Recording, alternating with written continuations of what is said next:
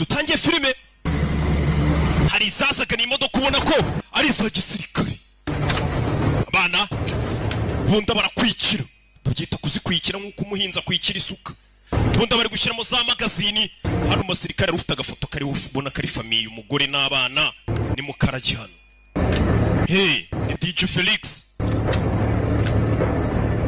filime uwo mwana angana ate turns 3 tomorrow ejo asuzuza imyaka 3 birthday cake on me ewana keke ya anniversaire ni ngewe uriho nzayishyura remember the way I felt on my first strike tibuka uko natekerezaga bwa mbere nanjye natakanja kuri misiyo ya mbere buri musirikare agira misiyo ya mbere abafitemo ubwoba ntugire ikibazo mwana uzabimenyera bigaragara ko uyu mwirabura ari ubwa mbere agiye kuri misiyo atuzabimenyera natwe amamisiyo twagiye tujyaho ntabwo byabaga byoroshye bisa nk'aho bagabye igitera ahantu runaka bimeze bite uko tugatangiye ni kuri BTN TV ya televiziyo imwe icyayi itunganye muzajya muzisanga mbese bite kubera saa 9 twinjiyemo indani HQ going in ubwo ni kuri ediko tababwiye kwituma natwe twinjiyemo indani tugana ku biro bya FBI aho bikorera baba bari kubyumva abana niba bagiye kuri misiyo bano baba bakurikiranye ku itumanaho bana binjiramo indani baba bambaye n'udukurura amashusho urebe filime za filime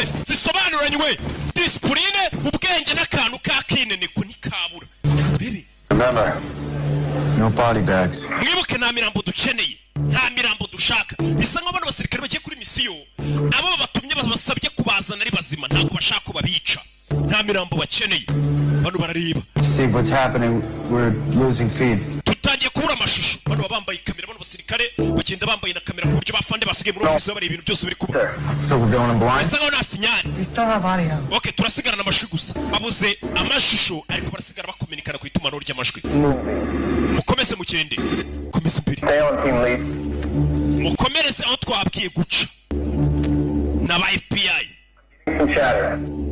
komeze imbere baby accelerate pace bana barabanza bigabanyamo mukati buryo bano bari kubayoborera kuri blueprint cyangwa se ku gishushanyo mbonera babayobora mukati buryo mukire gutya mukomeze muri corridor stop at staircase no muhagarare kuri escalier escalier turi kubona staircase shows on the blueprint are you hano kuri blueprint dufite se ko escalier turi kuzibona on the staircase hano na escalier turi kubona kuri teri bisobanuye iki things are getting closer bisobanuye ko turi gusatira menya kubo iyi misiyo reka tuyihagarike cyo nubukora iki ku gishushanyo mbonera bari kubona ko abasirikare bari ari escalier mu gihe abasirikare bari kuri field cyangwa bari kuri teri na escalier bari kubona I repeat, may I have your authorization to proceed, sir?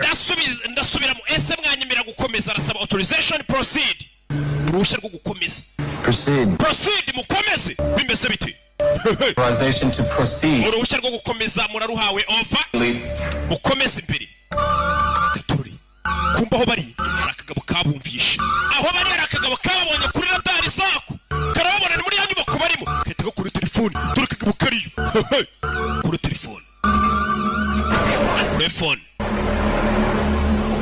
kagabo kishushanyije ku mubiri gafite amatatuwaje nk'aya Papi Valence baragira amatatuwaje menshi uko mutamuzi sinzi uburyo bangezeho kandi mwambwiye ko hano nzaba ntekanye nta gihe cy'ibyo mfite uri kuri telefone ngiye gukora icyo mfite gukora n'umugabo gusa umugore wanjye n'umwana muzamenye ko amafaranga yanjye muzayabaha ni umugabo bana bashinzwe umutekano muzanababwire ko nabakundaga ndetse ko akazi kose nakoze aribo nakoreraga umugabo uri hano basirikare bagiye kugeraho ba FBI cyangwa abashinzwe umutekano aravuze ati njyewe amafaranga yanjye muzaye famiye yanjye uwo mugabo tumukeneye ari muzima uko byamera kose turakumva uwo mugabo FBI mukeneye ari muzima muri inzego zishinzwe umutekano wahemukiye igihugu abagukeneye uri muzima kurusha uri umurambo kugira ngo bagukuremo n'amakuru nyine y'abandi mwafatanije muhemukira igihugu cyamuhungabanya umutekano kurusha uko wapfa bagenzi be bagasigara bitegembya tutabazi naho baherereye umugabo afata telefone ye ayishyira muri micro onde kugira ngo telefone ayice n'amakuru ayirimo bayabure ayishyira muri micro onde babwire binjire blow the door cyangwa muturitse filime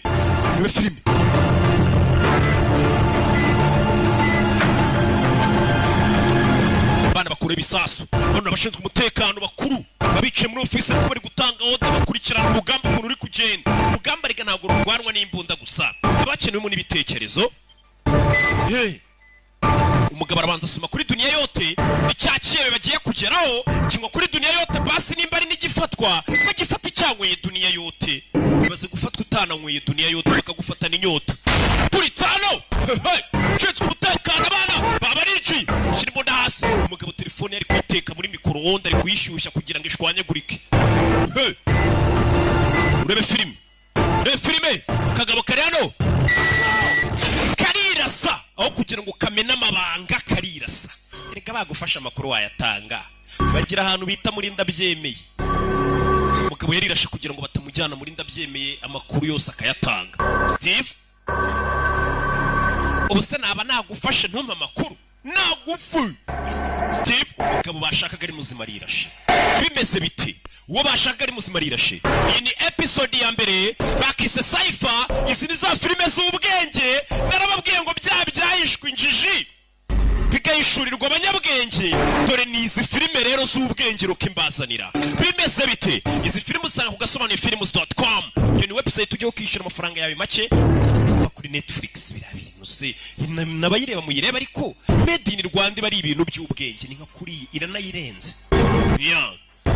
cyase amadolari 20 ukarebera muri VIP cyase 20 by'amanyarwanda n'amafaranga make izi filime zose niho zisohokera ahandi hantu ni kuri BTN buri munsi saa 9 kugeza saa 10 nuko dutangiye filime yacu bakise nguki bose nabamenyemo amafaranga bagizemo uruhare kugira ngo iyi filime tugereho cyumwihariko bamaze kuyikora bahita bamamagara kuri ya nimero yanjye ati Roki Kimomo niwe musobanuzi tuzi uciye utunganya ukomoka ku ntumwa aka gafilime kadushyirire mu kinyarwanda banza no kwanga baringinga nyuma mza kubyemera ariyo mpamvu muri kukabona hano hanze kuri BTN TV no kugasobanura films.com bakise nguki Cypher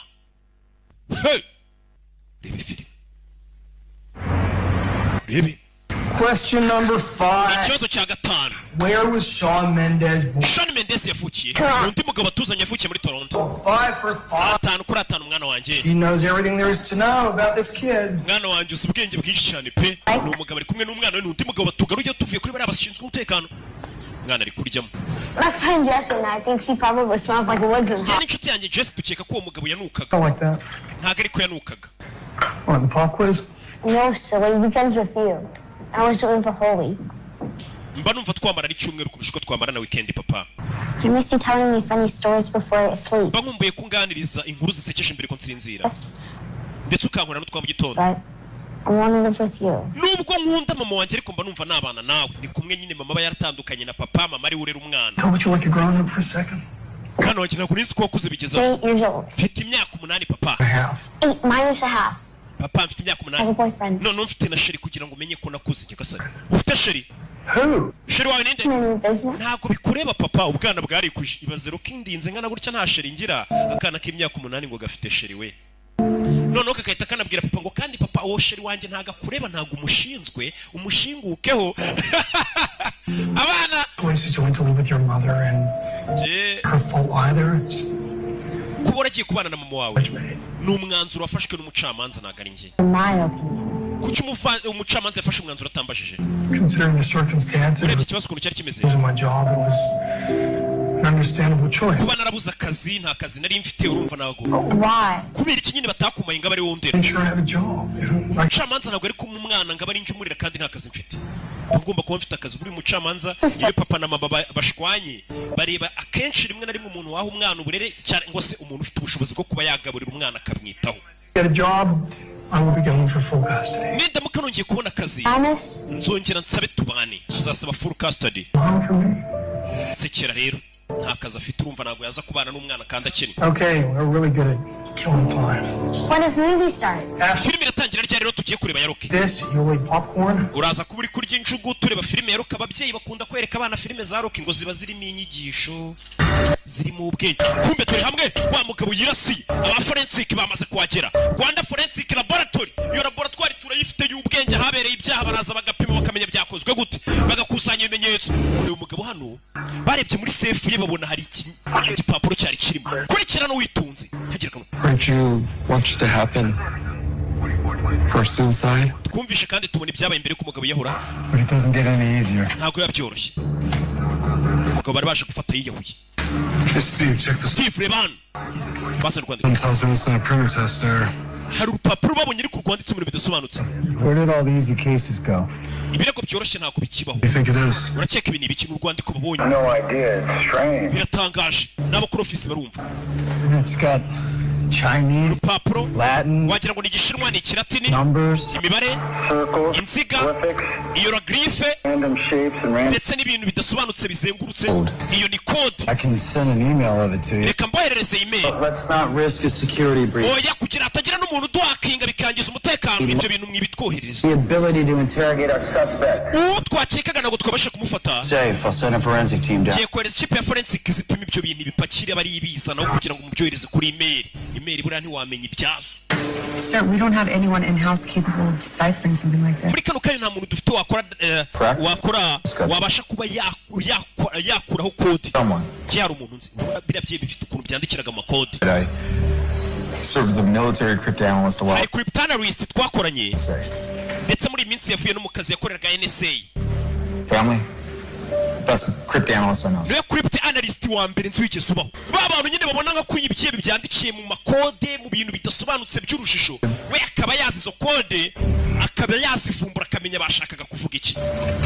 Full report on him on my desk. Umuhamagare nonaha. Eyes on that document. Iyo dokima mu masaha biraza kuba yifite.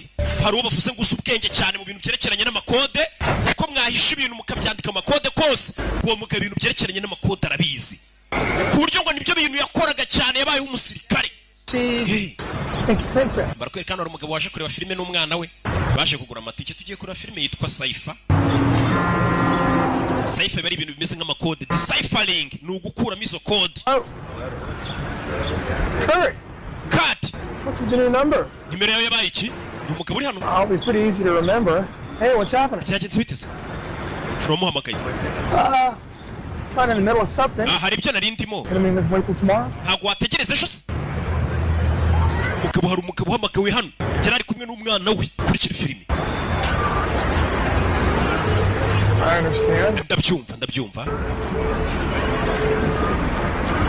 Okay, I'll get back to you. Just give me a couple minutes. Okay, mu minota nk'ibiri nze mpite nguhamagara. Uyu mugabo arahamagawe.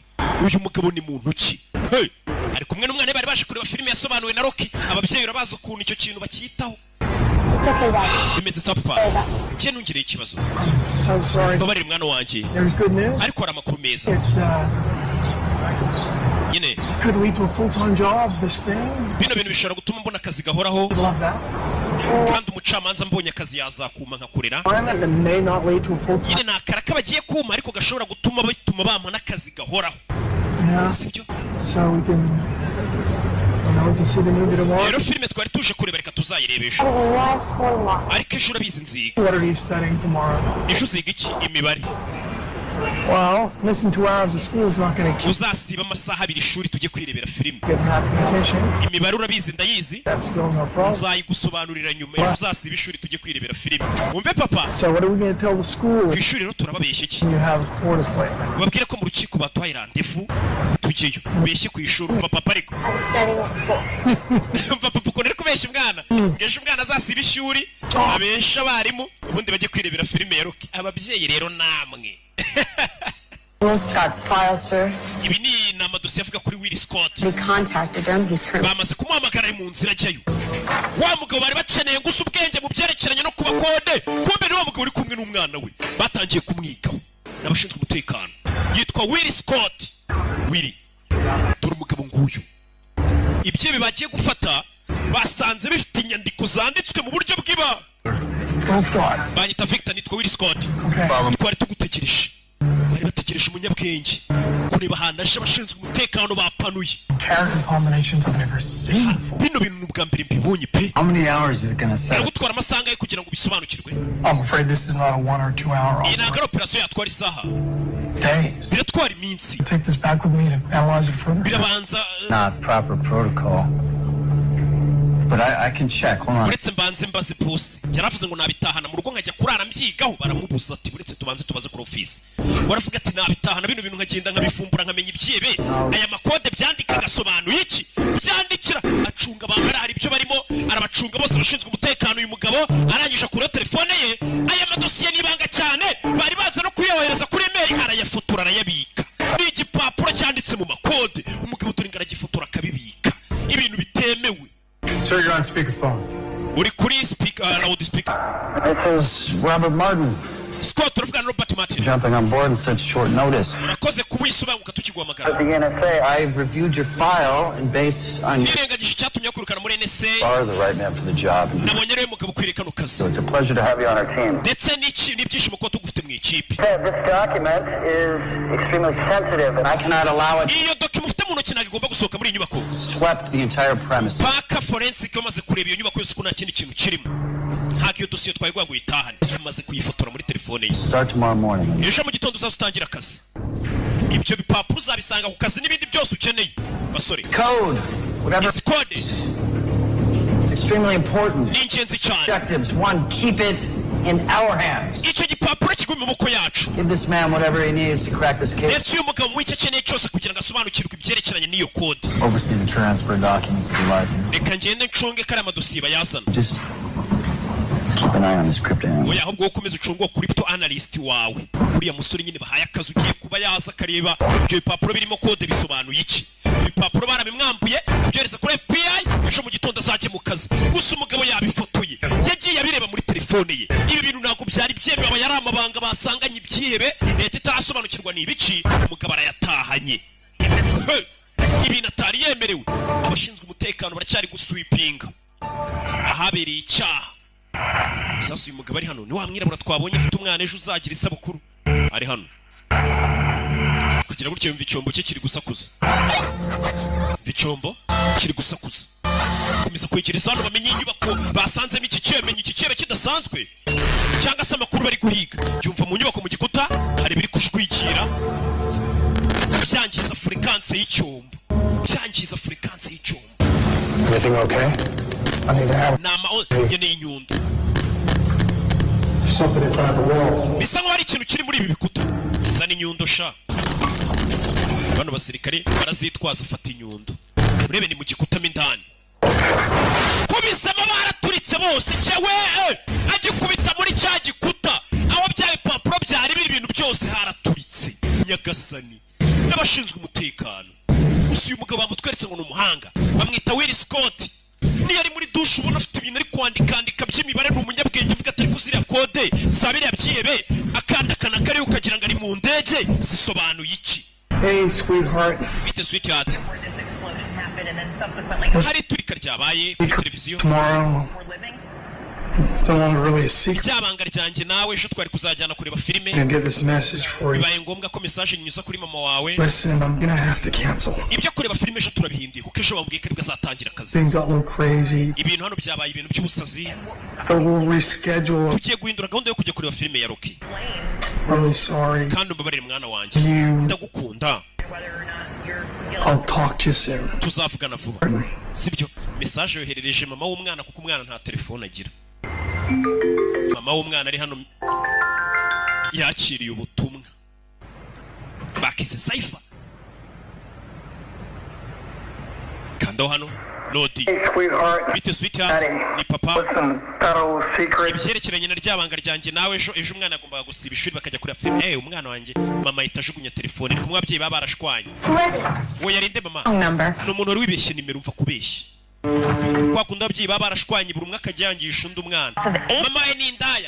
Yahura na so ni indaya. In East Los Angeles. Burasirazuba bwa Los Angeles. The FBI were on the premises as well as what caused the FBI yari yatatse haturitse. interest of privacy for the investigation. Bisa nk'ari iperereza ryari kiribanga cyane. Identities of the deceased are not being released. Ndetse imiryango yapfiriyemo y'abashinzwe umutekano ntiratangazwa. Aba agent umunani ba FBI baturitse. Nyagasani. Ushararebye. Weye niwe wenyine wafotoye cya gipapuro. Bisabuna cya gipapuro cyahiriyemo.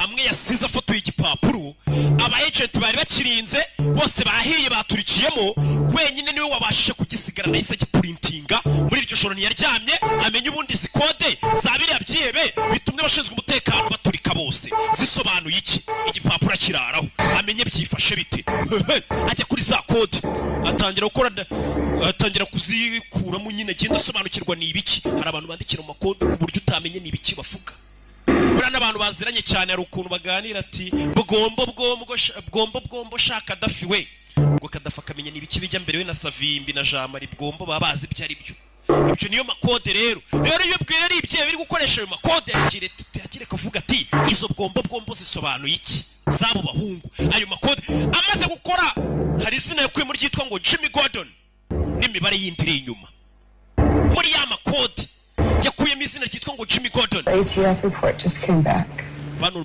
They found embedded explosives hidden in the building. Raporo iravuga ko babashinzwe umutekano bacu basanze hari ibisasu byari biteze mu gikuta imbere. Kandi hose bari bahasatse. They loaded a false room C4 and detonated remotely. Hari igisasu cyari giteze mu gikuta muri cya cyumba tutabonaga hano kuri map cyase kuri blueprint. They know. Mumbabarira ibyo bintu bire bitandukanye map na blueprint. This knew this day was coming. Bisa nk'ibi byari bizi ko uyu munsi uzagera. Long time ago. Byari byarateguye icyo gisasu na mbere. Disco tuzaza. Hano ruri kuri chat. Important order. Andre ibyo bintu urimo birihutirwa koko ni ingenzi. Text from Lau. Rao aranyandikiye. He and Agent Carter just arrived at Steve Vilker's house. We na Agent Carter bagiye kubwira umuryango wa Steve ko umugabo wabo yapfuye. Ni wa mwirabura. 8 families to answer to. Usengo ni imiryango 8 isigaye yo kujya kubwira. Blame yourself. Abashinzwe umutekano 8 ba FBI bapfuye kujya kubwira famiye z'abati bene wanyu rero bapfuye biba bigoye. We have to blame ourselves. Aya makosa na yacu reka tubyishyireho. Abashinzwe umutekano. You know why? Uzi impamvu? Because there is no one else to blame right now. Muri kano kanya nawundi twashyira iki cyaha cyabaye. Responsible for this. Paka tumaze gufata abaginga batumye bagenzi bacu bapfa. Right here in this room. Hano muri iki cyumba ibintu byose bariho bihagararira. It's on us. Amakosa ari kuri twe kuba tutarafata abagizi ba nabi. Gasani bene wabo bapfuye bakoranaga. Now where are we at with this suicide victim? Uyu mugabo wiyahuye rero tubanze tumenye ibyo. Nta bimuranga. DNA samples. Bari gupima DNA sample woherejeho forensic hano mu Rwanda bikigo bita Rwanda Forensic Laboratory gikora ibyo bintu gipima kikamenya uwo muntu wapfuye yarinde yishwe n'iki bagapima DNA bakamenya iswe mufitanye amasano n'uyu muntu. Identity is the only piece of this puzzle we have left. Katurori bakorera Kacyiru bwarakeye uyu mugabo ariko muri bya bipapuro y'amakode ya bya byihebe abashinzwe umutekano wa FBI irizibira ikira gipapuro nta n'iyigifite kuko cyahiriye muri yanzu yabonye izina ryitwa ngo Jimmy Gordon isura yiriho akomeza gukurakinga zino code agenda reba n'iki n'umutari cyane ni umuhanga buri muntu abafite ikintu ashoboye. Gonna be late for work. Uraza gukererwa ndakererwa ku kazi mwana wanjye banguka. Ni mama n'umugore wa Willy Scott. It's not like I'm old enough to spend 2 hours putting makeup on yet. Akana kari hano. Mama ze gukura amagomba kwitera makeup one. Right, smart now. Kana ufite umuntu ufite ubwenge gafite tugambo kavuga ukumva. Kana gafite imyaka 8. Willy Scott called my desk. Willy Scott yamamagaye. Call him back. Sounded urgent. Numvaga byihutirwa ngo muhamagare. Willy Scott bari bagiye kumuha akazi hano aze nyine abafashe kumenya ibi kira gipapuro gisobanuye iki. None icyo gipapuro cyahiriye mu nzu. Ariko niwe wenyine ugisigaranye uko yari yagifotoye. Gusa yagifotoye bitemewe. Yamagaye hano. Uyu niwe wari umurangiye akazi avuga ati hari umuntu nzu urenze. Umve. You okay? Meze neza. I'm fine. Meze neza. Saw the explosion on the... Nabonye cyaturika ryabaye ku makuru. I'm sorry about your men. Wihangane ku byabaye ku basore bawe. Crazy. N'ubusazi mwana. Listen, you know, an hour earlier I would have been there. Do you know who's behind? Iyo nanjye matinda gato nari guhiramo. No, not yet. We're still working on it. Ikirego turacyagikoraho. That document went up with everything else in the warehouse. Cya gipapuro cyari kiriho kode z'ibyihebe cyahiriyemo bivuze ngo ntabwo tukigukeneye mu kazi ngo uzudufashe kumbi igipapuro yagifoto yagitwaye. I need to ask you a favor. Hari faveri nshaka kugusaba. Well, now is not the time. Ntabwo ari cyo gihe kunsaba faveri. Don't take much time and it's really important. Ntabwo biri butware igihe kinini mfasha. Okay, shoot. Sawa uyu nawe yahoze akorera I leta. don't have access to the system anymore. Urabizi ntabwo ngifite ukuntu nagera kuri systeme ya leta. Gordon. Ndagira ngo ndebere izina ry'umuntu bita Jimmy Gordon. culprit? nawe se n'umufatanyacyaha uramushakira iki? Can't really tell you anymore. ntabwo nakubwira icyo mushakira. Would you please run the name for me? iryo zina rishyire muri sisiteme yanyu nka leta umenyereye Jim Gordon akora iki. amazina yacu baba bayafite. I'll run it through someone else. nimba utabinkorera ndareba undi ubinkorera. Stop. rekera hariko. You know, let me see what I can dig up. okay, reka ndebe n'iki namenye kuri iryo zina. Okay, Jimmy yitwa Jim Gordon. Jimmy nyine Gordon. Gordon araryandika. uyu yabifumbuye abikuye kuri cya gipapuro ariko n'ubu ntarabwira FBI ko cya gipapuro yari yagifotoye cyangwa se ko yatangiye no kuba yakwinjira muri zira kode z'ibyibi ntabwo arabibabwira ari kubikora ku giti cye. urebe filime bano uyeza kumurebera iryo zina bita Jimmy Gordon ni muntu ki. akana kagiyeho barebera filime gategereza papa karamubura. mama yabyumvishe yanga kubikabwira kwa kundi ababyeyi nyine mushwana mugashaka kwangisha umwana buri umwe uruhande rwe. gusa ibyo ntabwo ari byiza imico mibi. umugabo mu nzu urabona ko ari imicupa rya Duniya yote. Duniya yote ifite mutombora. gura icupa rya Duniya yote barimo na tombora. nuko rimwe afite menshi ujye ureba mu mufuniko mbere yo kujugunya umufuniko ushobora gutsindira televiziyo amagare amatelefoni ibiki byose. mwana hano yafashe amatike yo kureba filime arayaca papa yambeshe ngo turareba filime za Rocky. umwana wawe kumubeshya filime ya Rocky mubyeyi ujye ubyitondera bishobora gutuma umwana akuzinukwa. What'd you find? mwabonye iki? Your man, Jimmy Gordon, was a respected banker. yari umuntu ukora muri banki bubaha. 50 years old. yari umuzungu. From Arizona. Cajun. Clean with no criminal records. Born nta cyaha afite. and dead 2 months ago from cardiac arrest. yapfuye amezi abiri ashize yishwe n'umutima. That says here a heart attack took him out. baravuga ko ari umutima wamwishe. Do you have an exact date? wambwira amatariki neza yapfiriye Jimmy Gordon? August 16th. kwa munani tariki 16 2020 neza neza. This guy is? wambwira umugabo wari we yakoraga muri banki. Willy ni izina rya mbere yabonye muri ya kode ya bya byihebe. izina rya mbere yabonye muri yitwa Jimmy Gordon n'amatariki igihe yavukiye. yari yabonye izina ariko hari imibare yanditse imbere. umugabo yapfuye muri August kwa munani tariki 16 2020. arabanza ashyiramo akadomo hano mu kwa munani tariki 16 inyuguti ya Z iri hano isobanuye iki 2020. Jimmy Gordon ni muntu ki? kuki izina rye ryari riri muri kode y'ibyihebe? gashize amezi abiri apfuye uyu mugabo atangiye kugenda yinjira muri kode z'ibyihebe. izi ni za filime z'ubwenge zisaba tuze hano dutwike turya isi. How you feeling? urumva umeze ute? Like everyone else? nk'abandi bose bababaye ni aba FBI. Sir, who was your source for the warehouse tip? ese ni ndagwaye amakuru hari ahantu twasanze kiriya cyihebe? You know I can't share that, Kurt. ntabwo nakubwira uwampaye amakuru. I have to protect my source. bagomba kurinda sosi yanjye ahantu yakuye amakuru. ubundi nta munyamwuga ujya uvuga ahantu yakuye amakuru. 8 agents. aba agent 8 bapfuye. We're my family too. nanjye bari famiye yanjye. Sir, Enough. Stop it. rekera hariko uyu mugabo aramuhaye amakuru. are you sure your source is only playing for one team? ese wagwaye amakuru abizi ko ariwe yahaye gusa cyangwa yahaye n'abandi duhanganye? hari igihe umuntu ashobora kukubwira ati rero polisi mu gihe hano ni iki akahita abwira n'abagizi ba nabi bande zombi. Think about it. ubitekerezeho ko waguhaye amakuru yaba ari weho yayahaye gusa cyangwa hari n'abandi yayahaye. uyu ni afande Katururi. gusa bo babuze urwandiko rwari ruriho kode z'ibyihebe. urwo rwandiko wari rusigaranye warufotoye. niyo mpamvu buriya buri document ufite ugomba kuyifotora ukayibikaho kemba ry'akara. hari n'igihe bagufata ati perimi wayibagiwe ariko buri biba warayifotoye hari igihe bakwihanganira. buriya gufotora ni ibintu byiza ariko bifite akamaro. hari nabo njye mbona bifotoza bambaye ubusa we. mwataye umuco. niko mugabo yakomeje hano akomeza kureba zino kode z'abagabo akomeza kubyigaho yitonze akomeza kureba bisobanuye iki. akuramo n'irindi zina nanone Philip Washington. muri kode z'ibyihebe wasobanura gute ko izina ryawe ririmo Philip Washington? irindi zina yabonye muri rwa rwandiko za kode za bya byihebe. uyu mugabo ni umuhanga cyane. buriya buri muntu hari ikintu aba ashoboye neza cyane uvuga ati uyu muntu ibintu arabyumva 5 kwa 5. umugabo akomeza kureba abonye irindi zina ryitwa Philip Washington.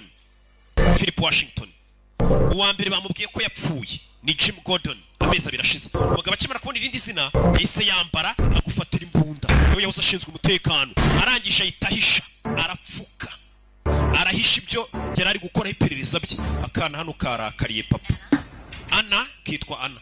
Mama yanze gukabwira ko papa yari yakiseguye akabwira ko gahunda ya filime yahindutse karakaye. Meze sawa? I'm fine. Meze neza.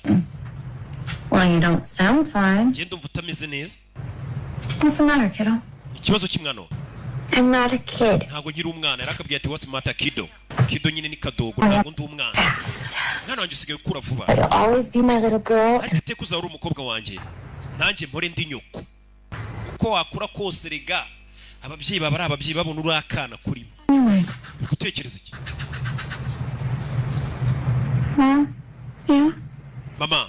Did Daddy ever call? Ese papa yigeze guhamagara? I don't think so. Ntabwo yigeze amamagara mwana umva kubeshya.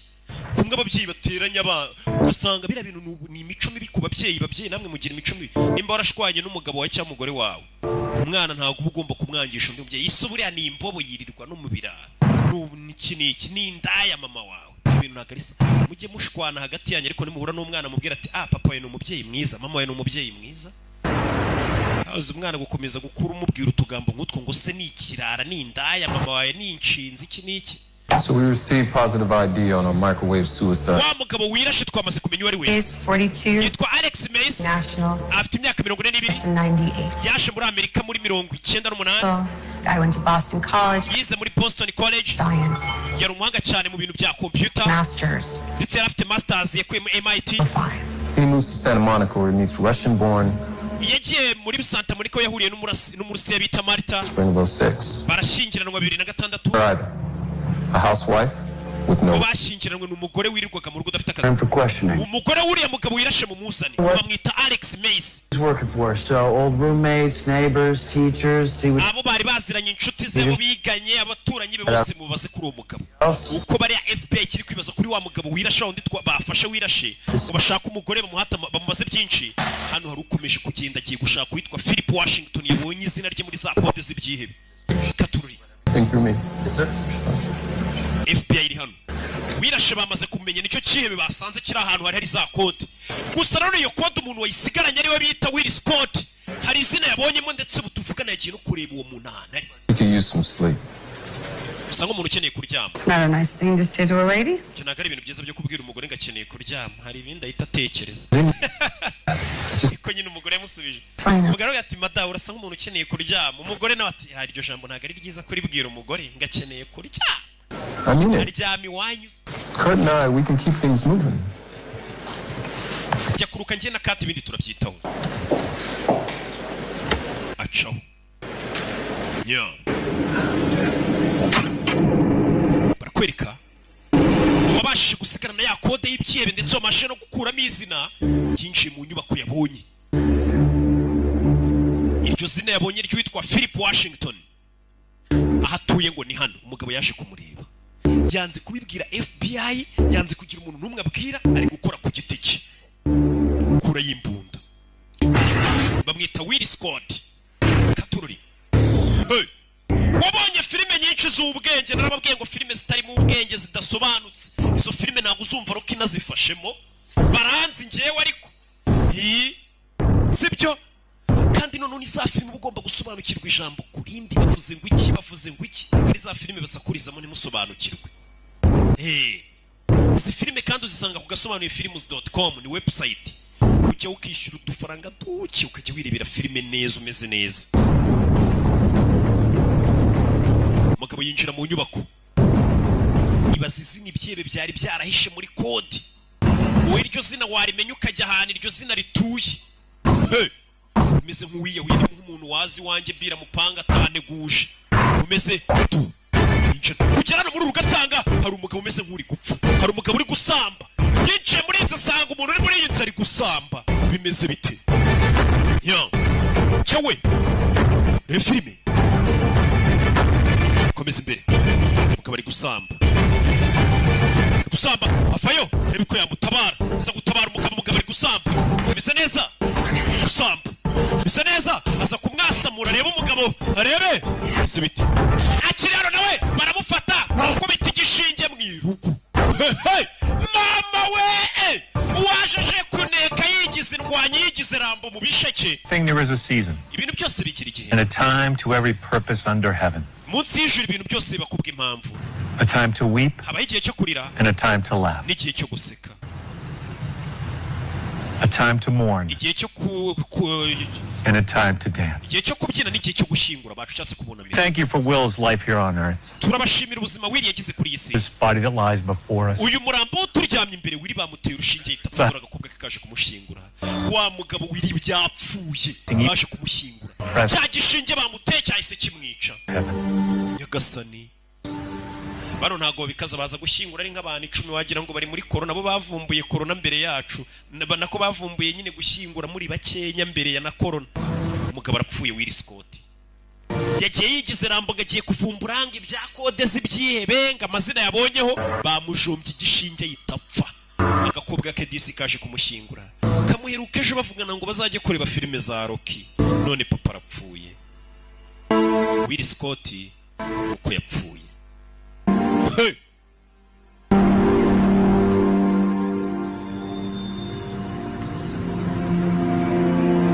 Katururi.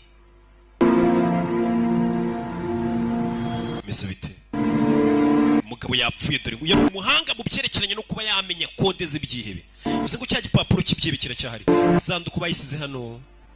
Gwaraba bagomba kuza bukeye bakayigira iki n'iki bagashingura bikarangira bagashyiraho na beto bakubaka neza. Niko bigenda. Telefone irasona. Telefone hano yarasonnye. Rebe filime witunze. Abavuye gushingura. Telefone hano yarasonnye. Bimeze biti. Rebe filime. Telefone yarasonnye. Kombe ni wa mugabo wirara cyari mu isanduku. Umugabo mu isanduku ni muzima we. Nibwo agikayuka telefone yaramukanguye. Umugabo bamushinguranye na telefone. Surprised you're still alive. Utungwe no kuba ukiri muzima sibyo? Hey. Who is this? Ninde tuvugana? Who the hell am I? Ese ndi hehe? One question at a time. Bazi ikibazo ku gihe cyacu. You know where you are, Will Scott. Will Scott ndabiza hurura hasi. Umugabo ntago arapfa ngo bamushinguye ari muzima. Cya gishinge bari bamuteye bigaragara ko wapfuye nyuma ukaza gukanguka. All your questions will be answered in time. Ibibazo byawe byose biraza gusubirizwa igihe. Now, follow my instructions and everything will be. Kurikiza amabwiriza yanjye uraza kumera sawa. Instructions? Ayahe mabwiriza? What are you talking about? Uravuga ibiki? Urebe. What the fuck is going on? Sini ibiki bijya mbere. Mungure mwana mugabo ari mu isanduka ari rusororo mu masaha y'ijoro famiye yamusize mu gitondo we. Mugabo ari rusororo. Tuza Will. Not the time to get agitated. Icyo gihe cyo gusara ngo ukoresha umwuka mwinshi. The average human being consumes around 0. Ikiremwa muntu gisanzwe gikoresha 0.5 bya oxygene ku munota. You've been in this coffin for 5 hours. Kandi umaze amasaha 5 mu isanduku. 1 minute. Bivuze ngo usigaranye Leaves you with iminota mike. 9 minutes of breathing. Iminota itarenga 10 uhumeka ukayita upfa umwuka urabugushiranye. Yes, you do as I say. Rero byabyiza ukoze uko nkubwiye. Then we can have a nice. No, ukora ibyo ngubwiye uraza duhure tuganire twitonze neza. Now, umva. Listen closely. Nyumva kandi witonze. There's a trigger above your head. Hari imbarutso iri hejuru yawe. Twist the handle. Yihindukize ni nka serire. Push. Nurangiza usunike. Umugabo arahindukiza arasunika. Rusororo mu masaha y'ijoro umugabo avuye mu isanduku. Famiye yamushyinguye. N'abandi bose bari bamuzi. Hey! Ko bari bamuteye igishinge ku buryo bagupima bakabona wapfuye. Ariko hari amasaha ari buze kugira ugakanguka. You buried me alive. Wakinguye ndi muzima Rusororo. Wakigurye. Gufushe. I want to know what's going on. Ndashaka kumenya ibiki bijya mbere. Nona. I'm on your side. Kendi ku ruhande rwawe. That you put me in there. Kandi wankinguye. Said that. Ntabwo navuze ko ari njye wagushyinguye. If you didn't, who did? Nimba utanshyinguye ninde wankinguye? Okay, tell me who you are. Ubundi mbwira urinde. Me in a coffin to begin with. Mbwira n'umugingo wakize mu isanduku. And you're asking the wrong question. Uri kubaza ibibazo bitari byo. Reasonable question. Ndi kubaza ibibazo by'ubwenge. You were dead. Wari wapfuye. And I'm offering you a new life. None ndi kuguha ubuzima bushyashya. Meet me and I'll explain everything. Kwino duhure gusobanurira buri kimwe. Hehe. There's a black car parked across the street. Hari imodoka y'umukara iparitse hakurya y'umuhanda yitwa Niyuzuruka. Imfunguzo zirimo imbere aho bakiriza. Hey. Genda watsi yo modoka uze duhure gusobanurira ibintu byose. Nyagasani. Hey. Uyu mugabo yincize mu bintu atazi. Yatangiye ngo yafotoye urupapuro rw'abagabo. Black Chevy. Chevrolet y'umukara. Plaque 007 iki niki. Imodoka imodoka y'umukara irimo n'urufunguzo. Ati nimba ushaka kumenya ukuntu washyinguwe ngwino ngusobanurire kandi ndi ku ruhande rwawe. Bimeze bite? Umugabo yatangiye ngo ashaka kumenya ngo kode z'ibyihebe, yigize rambo mu bisheke, bamushyinguye ari muzima, ashyingururiwe. Umugabo aramuhamagaye ati vayo. Akingura imodoka. Afitemo n'ubwo bari kuzi kuva mu isanduku urusoro rumura akubwira ngo hari imodoka naguparikiye ku ruhande yatsuza undebe. Iyo modoka nge ntago nayinjira mu rugo ngikundiro, ntago nayijyamo, ahubwo uyu mugabo aranatinyuka. Umugabo yinjira mu modoka. Wari wankinguye shandi muzima? Umugabo yinjira mu modoka. Okay, I'm in the car. Urabizi imodoka nayigezemo. What next? Arakurikira iki? GPS on the dash.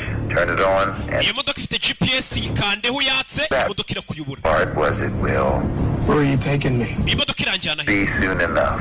Uraza kubona ibihagije. Fucking coffin! Nibwo gikawuka mu isanduku. Damn answer! Basinye ibisubizo. Tuza. You arrive at your destination. Nugeraho ndi kukubwira. Make sure you get answers to all. Ibibazo byose ufite urabibonera ibisubizo. 32 minutes. Ufite iminota 32. Hello? Alo, ahita namukupa. Iyi modoka ifite GPS.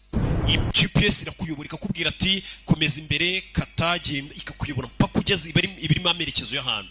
Kuriya nyine umuntu gukubita location akabona umugezeho. Agerageje guhamagara iyo nimero yamuhamagaraga yanga gucamo. Imodoka baguhaye irimo GPS, urabaza iki? Umugabo yatse imodoka. Gatururi. Ajye kureba uwo muntu uri kumuhamagara, amuhe n'amakuru ibibazo byose yibaza. Ibibazo uyu mugabo ari kwibaza ari nabyo bibazo natwe twese turi kwibaza. Imodoka irabwira ati komeza imbere. Imodoka irakuyobora ni za modoka nziza zigezweho nako mwe mufite zimwe za kera. Mbabwira nzi ko muri bagenzi banjye. Akomeza imbere ikafite ubwoba. Muri metero 200 uhita ukata iburyo, GPS irakuyobora mugenda muganira. Harimo n'ijwi ry'umukobwa ari kuyobora. Arakata. Komeza ukata iburyo. Arakata ari kuyoborwa na GPS yo mu modoka. Urebe filime.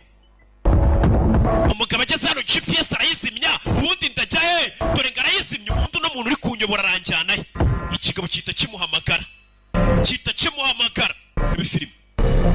Kimuhamagara cyitaba. Aragikupa ubundi umuntu umamagara. Wari wankinguye ndamwitabira iki? Umugabo arongera amuhamagara. Urebe, amuhamagaye. Telefone yuza mu idirishya arayijugunya. Nyagasani yanze kongera kwitaba umuntu wari uri kumuyobora. GPS arayizimije, reka nitahire mu mahoro. Uyu mugabo nari mpamvu yo kumwitaba. Ibyuriya mugabo uri kumuhamagara bivuyemo, yitahire mu mahoro. Atarajya kure dore ngo baramugonga. Agisuzugura